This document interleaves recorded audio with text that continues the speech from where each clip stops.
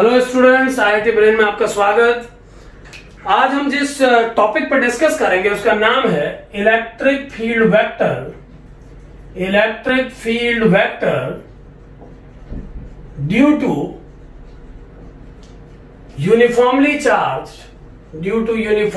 Charged infinite plane sheet. यानी कि infinite plane sheet में चार्ज यूनिफॉर्मली डिस्ट्रीब्यूटेड है और उसके कारण आपको एक पॉइंट पर स्पेस में इलेक्ट्रिक फील्ड कैलकुलेट करना है। तो मान लीजिए ये आपकी इनफाइनाइट शीट है जिसमें चार्ज यूनिफॉर्मली डिस्ट्रीब्यूटेड है। मान लेते हैं वो uniform surface charge density sigma है इस सरफेस की, और हमें इस सरफेस से आर डिस्टेंस किसी पॉइंट पी पर इलेक्ट्रिक फील्ड कैलकुलेट करना है। इस थीम पर हम पहले भी एक क्लिप तैयार कर चुके हैं जिसमें हमने सॉलिड एंगल कंसेप्ट से इस पॉइंट पर इलेक्ट्रिक फील्ड कैलकुलेट किया था। अब आज हम एक नए व्यू से इसको देखेंगे।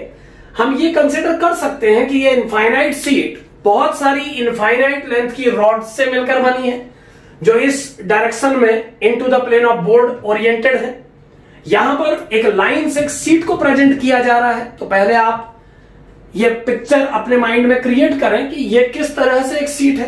तो ये सीट हॉरिजॉन्टली प्लेस की गई है जिसे इन और आउट डायरेक्शन में प्लेस किया गया है। अगर मैं आपको इसका पिक्चर व्यू कराऊं तो कुछ इस तरीके का पिक्चर है कि इनफाइनाइट सीट ऐसे प्लेस की गई है और इस इनफाइनाइट सीट को आप फ्रंट से देख रहे हैं और फ्रंट से भी आप केवल इसके एक पीस को देख रहे हैं। क्योंकि ये इनफाइनाइट है तो चारों तरफ से इनफाइनाइट होने के कारण इसके टर्मिनल तक तो नहीं पहुंचा जा सकता। लेकिन अगर उस सीट इनफाइनाइट सीट का एक छोटा सा पीस कट किया जाए तो उस पीस को आप फ्रंट से अगर देखें तो वो कुछ इस तरीके की लाइन दिखाई देगी। यानी ये प्लेन सीट इस तरीके से, जैसे एक रूफ प्लेस होता है मकान के ऊपर, वैसे प्लेस है। और इस सीट से आर डिस्टेंस पर पी पॉइंट पर इलेक्ट्रिक फील्ड आपको कैलकुलेट करना है। तो मान लीजिए इस पॉइंट O से जो OP लाइन है वो इस सीट के परपेंडिकुलर है। इस पॉइंट O से x डिस्टेंस पर एक छोटा सा एलिमेंट हम इस तरफ कंसीडर करते हैं इस सीट, और सिमिलर डिस्टेंस पे x डिस्टेंस पे एक छोटा सा एलिमेंट dx इस तरफ कंसीडर कर रहे हैं। इन दोनों एलिमेंट्स हम ये मान के चल रहे हैं कि ये एलिमेंट L लेंथ के हैं। जो ये इनफाइनाइट सीट में ये एलिमेंट मैं बना रहा हूं, ये दो इनफाइनाइट रॉड को शो कर रहे हैं। तो हम ये मान लेते हैं एक मूवमेंट के लिए कि इनका लेंथ L है और ये हमें मालूम है कि उसका length L tends to infinity है। तो इस dx लेंथ की रॉड जो हमने यहां कंसिडर की है, जिसका विड्थ dx और लेंथ इनफाइनाइट है, अगर इसकी चार्ज डेंसिटी को मैं सिग्मा सिंबल से डिफाइन करूं तो इस L लेंथ की रॉड में टोटल चार्ज की वैल्यू लैम्डा इंटू L हो जाएगी, जहां limit L tends to infinity है। और अगर मैं इस एलिमेंट के लिए चार्ज की मैग्नीट्यूड को सिग्मा के टर्म में लिखने की कोशिश करूं तो जो एरिया इस एलिमेंट का आएगा वो dx और L के प्रोडक्ट के बराबर होगा।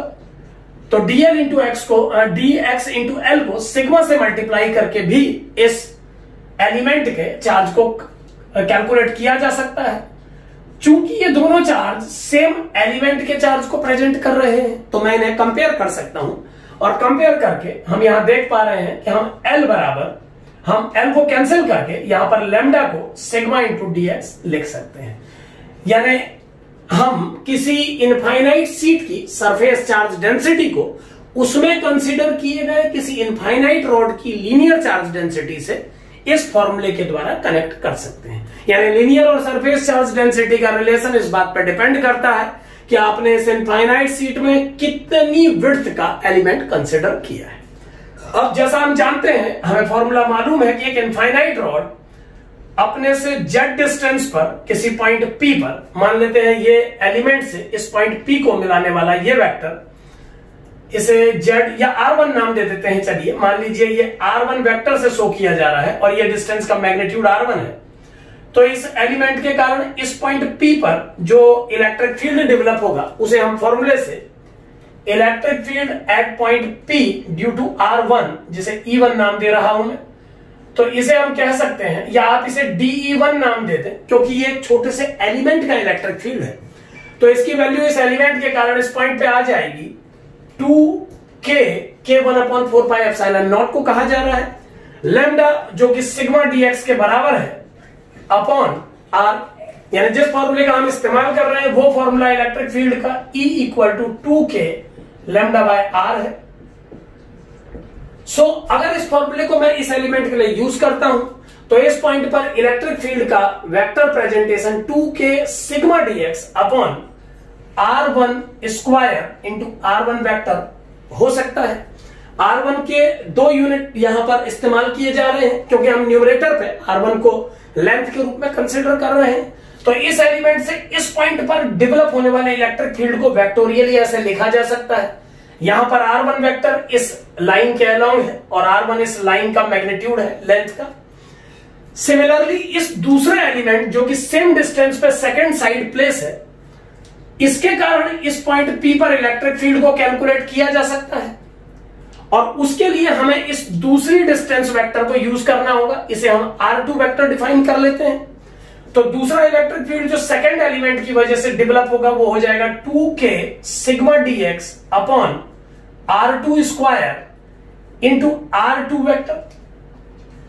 हम देख पा रहे हैं कि इस x और इस r की वैल्यू दोनों ट्रायंगल्स में कॉमन है, तो पाइथागोरस से इस r2 वेक्टर का मैग्नीट्यूड इस r1 वेक्टर के मैग्नीट्यूड के बराबर होगा। तो अगर r2 वेक्टर और r1 वेक्टर का मैग्नीट्यूड सेम है तो हम r2 वेक्टर के मैग्नीट्यूड को भी r1 से रिप्लेस कर सकते हैं, यानी ये जो r2 हमने प्लेस किया है इसका न्यूमेरिकल वैल्यू भी r1 के बराबर है। केवल r2 इसीलिए यूज किया गया था क्योंकि वेक्टोरियली आप r2 वेक्टर को r1 वेक्टर से चेंज नहीं कर सकते, वेक्टोरियली ये डिफरेंट है। तो इन दोनों एलिमेंट्स के कारण जो नेट इलेक्ट्रिक फील्ड डेवलप होगा P पॉइंट पर, केवल इन दो एलिमेंट की बात कर रहा हूं, इनके कारण इस पॉइंट पर नेट इलेक्ट्रिक फील्ड का वैल्यू आ जाएगा इन दोनों का सम। ट्रायंगल लॉ से वेक्टर्स का सम निकाला जा सकता है उनको ऐड करके। सो DE वेक्टर, DE1 वेक्टर और DE2 वेक्टर का नेट वेक्टर DE वेक्टर इन दोनों के सम से बन जाएगा 2k sigma dx upon r1 square into r1 vector plus r2 vector. अब यहां पर आप ध्यान से देखें कि इस r1 वेक्टर को आप इस एलिमेंट से O पॉइंट को ज्वाइन कराने वाला वेक्टर, यानी ये वेक्टर, इसे अगर मैं SX वेक्टर का नाम दूं, ये डिस्टेंस भी x है और एक मोमेंट के लिए हम इसे x वेक्टर डिफाइन कर लेते हैं। सपोज हमने इसे x वेक्टर डिफाइन किया तो इस x वेक्टर और r वेक्टर, इसे r वेक्टर डिफाइन कर लेते हैं कि सम से प्रेजेंट किया जा सकता है। By triangle law r1 vector को x वेक्टर और r वेक्टर के सम से प्रेजेंट किया जा सकता है। तो ये DE वेक्टर लिखा जा सकता है 2k sigma dx upon r1 square into x vector plus r vector plus इस r2 वेक्टर को हम x वेक्टर, क्योंकि इस डायरेक्शन में वेक्टर को x वेक्टर डिफाइन किया है हमने और ये लेंथ मैग्नीट्यूड में तो सेम है लेकिन इसका डायरेक्शन अपोजिट है, तो इसे हम माइनस x वेक्टर डिफाइन कर रहे हैं। तो हम इसे लिख सकते हैं minus x vector plus r vector. r vector का एरो मैं डाउनवर्ड शो कर देता हूं। तो r1 वेक्टर को आपने लिखा x vector plus r vector और r2 वेक्टर को आप लिख सकते हैं minus x vector plus r vector, यानी ये बन जाएगा minus x vector plus r vector. So जो नेट इलेक्ट्रिक फील्ड इन दो एलिमेंट्स की वजह से डेवलप होगा वो हो जाएगा 2k sigma dx upon r1 square into x vector को कैंसिल करने के बाद ये 2r वेक्टर बन जाएगा, यानी नेट इलेक्ट्रिक फील्ड का डायरेक्शन इस परपेंडिकुलर के अलोंग होगा। यानी सीट से P पॉइंट को ज्वाइन परपेंडिकुलरली अगर कराया जाए तो उस परपेंडिकुलर का आउटवर्ड डायरेक्शन इस सीट के द्वारा प्रोड्यूस्ड इलेक्ट्रिक फील्ड का डायरेक्शन होगा। यही डायरेक्शन फाइनली इनफाइनाइट सीट पर भी एप्लीकेबल होगा। क्यों? क्योंकि इस इनफाइनाइट सीट में ऐसे बहुत सारे पेयर कंसीडर किए जा सकते हैं और हर पेयर के लिए इलेक्ट्रिक फील्ड का डायरेक्शन यही होगा। हर दो एलिमेंट के पेयर के लिए चूंकि इलेक्ट्रिक फील्ड का यही डायरेक्शन होगा तो ओवरऑल समेशन करने पर नेट डायरेक्शन भी यही होगा। अब अगर इसे सॉल्व किया जाए इनफाइनाइट सीट के लिए तो हम नेट इलेक्ट्रिक फील्ड कैलकुलेट कर पाएंगे। कैसे किया जाएगा एक बार देखें।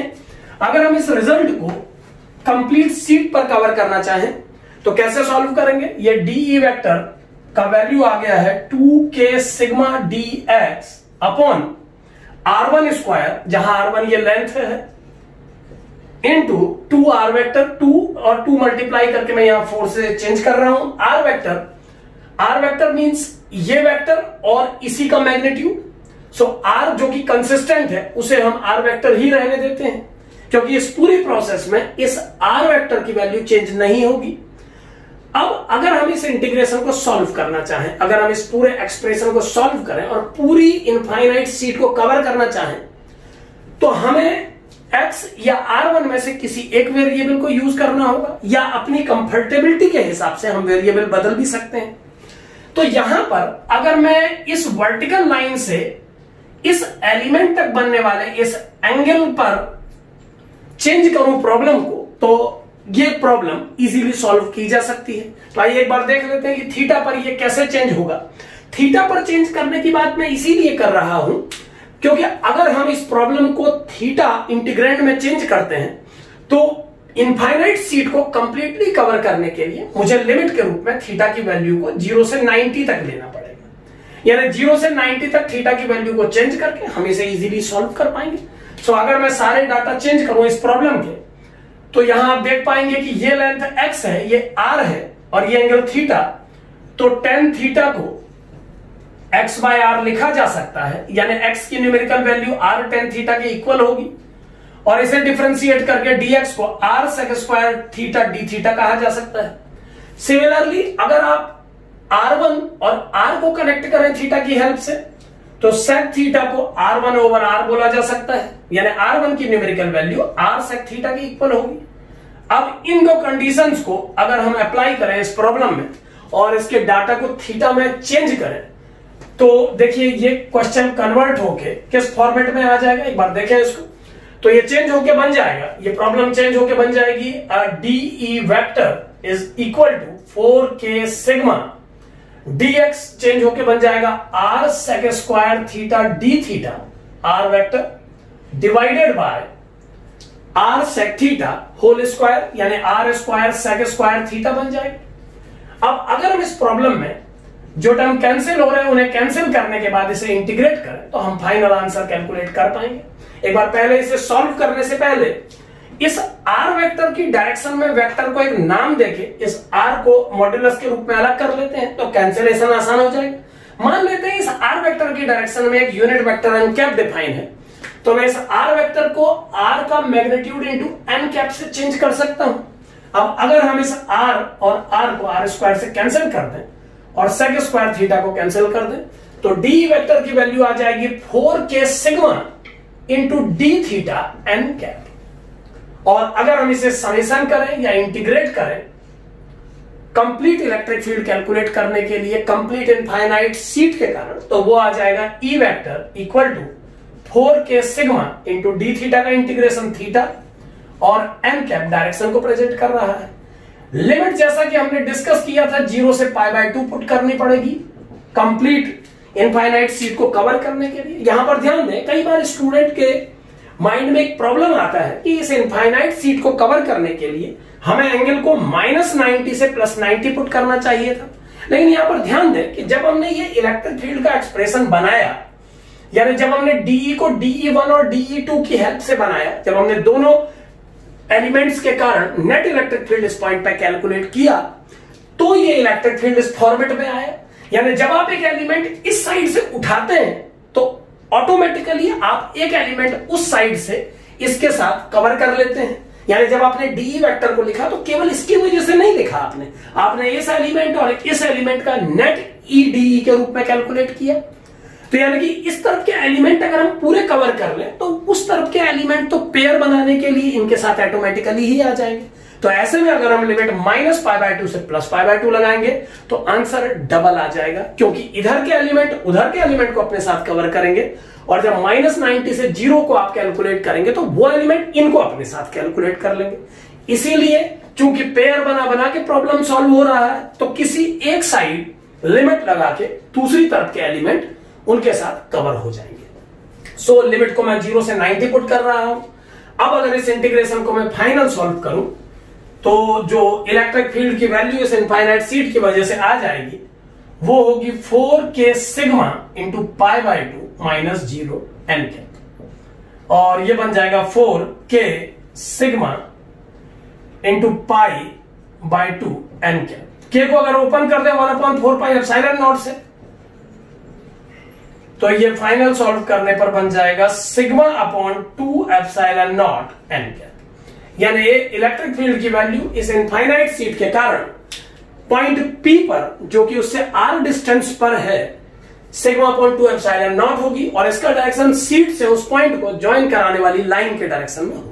यहां पर ध्यान दें कि बनने वाला इलेक्ट्रिक फील्ड P पॉइंट पर टुवर्ड्स प्लेन भी हो सकता है अगर सिग्मा का वैल्यू नेगेटिव हो, यानी नेगेटिव चार्ज डेंसिटी की रिंग के कारण बनने वाले इलेक्ट्रिक फील्ड का डायरेक्शन टुवर्ड्स इनफाइनाइट सीट होगा, और पॉजिटिव चार्ज से बनने, अगर ये सीट पॉजिटिवली चार्ज है तो इस पॉइंट पर बनने वाले इलेक्ट्रिक फील्ड का direction away from the seat होगा। एक बात यहां पर और ध्यान दें कि इस इनफाइनाइट सीट से P पॉइंट पर बनने वाले इलेक्ट्रिक फील्ड के आंसर में कोई भी ऐसा टर्म नहीं है जो वेरी कर रहा हो, यानी किसी इनफाइनाइट सीट का इलेक्ट्रिक फील्ड अपने नियर बाय किसी पॉइंट पर डिस्टेंस से इंडिपेंडेंट होता है, यानी सीट के सामने किसी भी पॉइंट पर बनने वाला इलेक्ट्रिक फील्ड सेम होगा। यानी P पॉइंट अगर यहां के बजाय यहां या यहां होता, या इससे डबल डिस्टेंस या ट्रिपल डिस्टेंस पर भी होता, तो बनने वाली इलेक्ट्रिक फील्ड की value sigma upon 2 epsilon naught n vector ही होती। तो इस तरीके से आप इस प्रॉब्लम को इनफाइनाइट रॉड्स में ब्रेक करके सॉल्व कर सकते हैं। Thank you.